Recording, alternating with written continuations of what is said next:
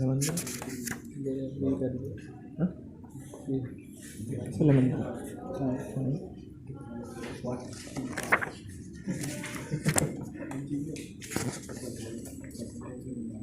Halaman 9.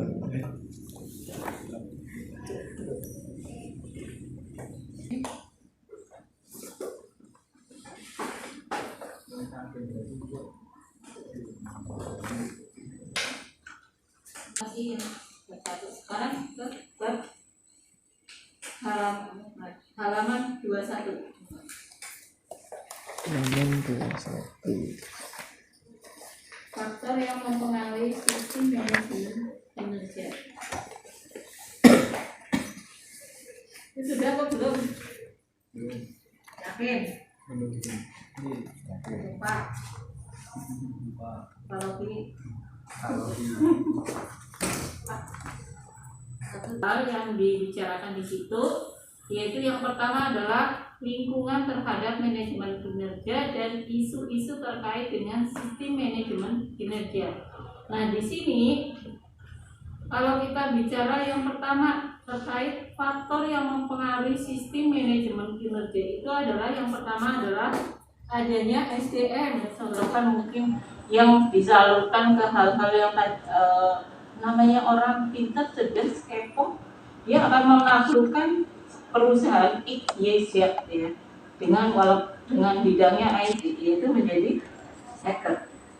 Dia berusaha membobol yang katanya canggih itu sebagai tangan. Kalau dia bisa, berarti itu adalah kesuksesan. Kebanyakan orang yang jadi hacker akan direkrut oleh perusahaan-perusahaan karena mereka bicara pada IQ-nya.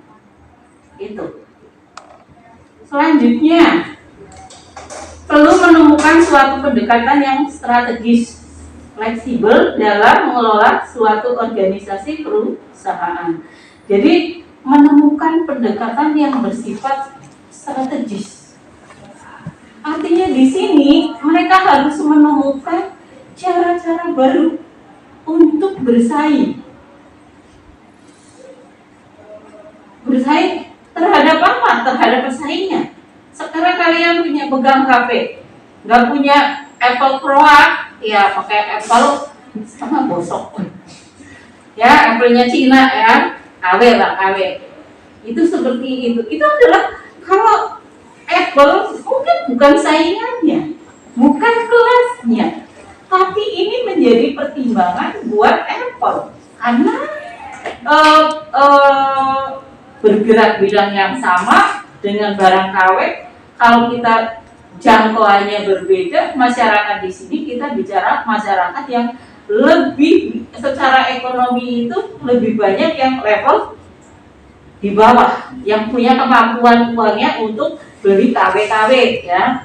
Nah itu, ini adalah pasar menjadi besar. Pasarnya akan menjadi besar walaupun mereka bicaranya KW, tapi KW ini adalah KW yang dicari. Karena ibarat kata kalian beli beras ya.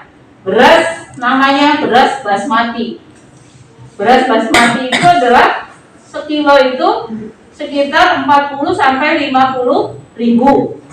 Kalau di kita sekilo kan sekitar ya 10 ribuan lah. Maksimal ya 15.000 selarang karena makanan kita adalah beras. Ini yang harus kita, nah ini pendekatan strategis inilah. Jadi pendekatan strategis itu harus bersifat fleksibel. Jadi orang itu harus fleksibel, tapi jangan tidak punya prinsip. Jadi kita lihat, oh kita menghadapi orang, ketemu orang yang sama, ya, yang satu sifatnya sama. Tapi yang satu sudah tua, yang satu masih muda. Cara nanganinya beda. Kita nggak mungkin nangani yang tua itu dengan kita lebih muda, tapi nangani gimana kita membawa diri kita agar menyelesaikan dengan karakter orang tua. Itu kan seperti itu. Kalau kita antara bapak dan anak-anak itu, bapaknya kan pasti lebih tua dari anaknya ya. Jadi bapak tiri itu pahit.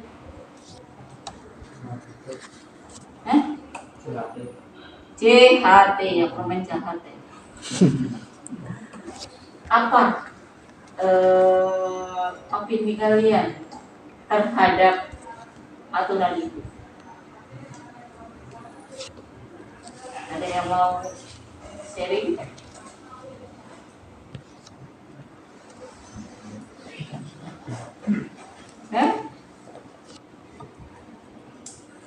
Ibarat kata pemerintah itu adalah yang memiliki regulasi, aturan, apakah itu berdasarkan undang-undang, apa itu berdasarkan peraturan presiden, apakah itu berdasarkan peraturan menteri, dan lain sebagainya serta turunannya.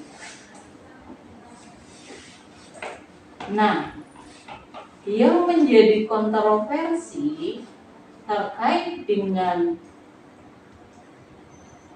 permennya, ya, permen nomor berapa? 2 ya?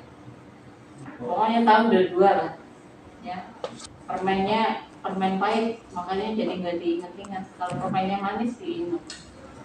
Nah, itu adalah perusahaan, saya katakan perusahaan punya kewajiban untuk memberikan bentuk reward kepada tenaga kerjanya, yaitu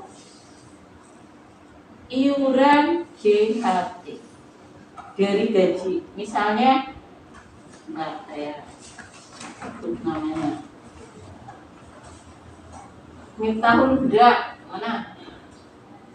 Ya, misalnya Huda kerja, gajinya 5 juta, dipotong 2%-nya untuk iuran JHT dari perusahaan. Dia juga nyumbang, misalnya cuma 1%, jadi 3%, 2% dari gajinya. Udah 1% dari gajinya dari perusahaannya. Jadi 3%. Ditabungnya di mana? Disimpannya di mana? Di BPJS. Terus yang ngelola BPJS itu akan apa? Menginvestasikan dana-dana yang terkumpul itu ke berbagai surat berharga. Nah, pemerintah kemarin berdasarkan permen pahit, ya, mengambil kebijakan, mengambil keputusan bahwa JHT tersebut hanya bisa diambil setelah usia 56 tahun. Yang menjadi kontroversi adalah bahwa JHT ini adalah bukan dana dari pemerintah, tapi dananya pekerja. Sehingga mereka protes, karena apa? Di masa pandemi seperti ini, itu orang itu kena PHK itu banyak.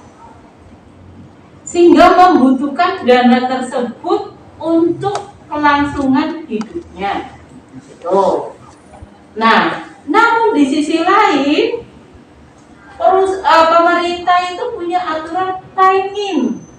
Di masa-masa tua, pekerja, tenaga kerja di Indonesia itu punya kesejahteraan sendiri.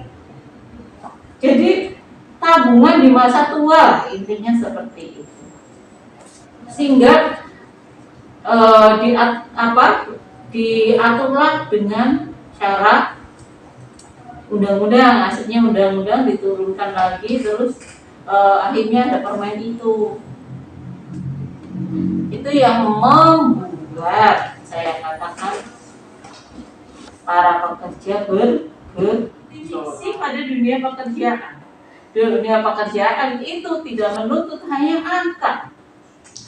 Kalian dapat A, ya, nilainya A, tapi ketika kalian di dunia kerja halo kan?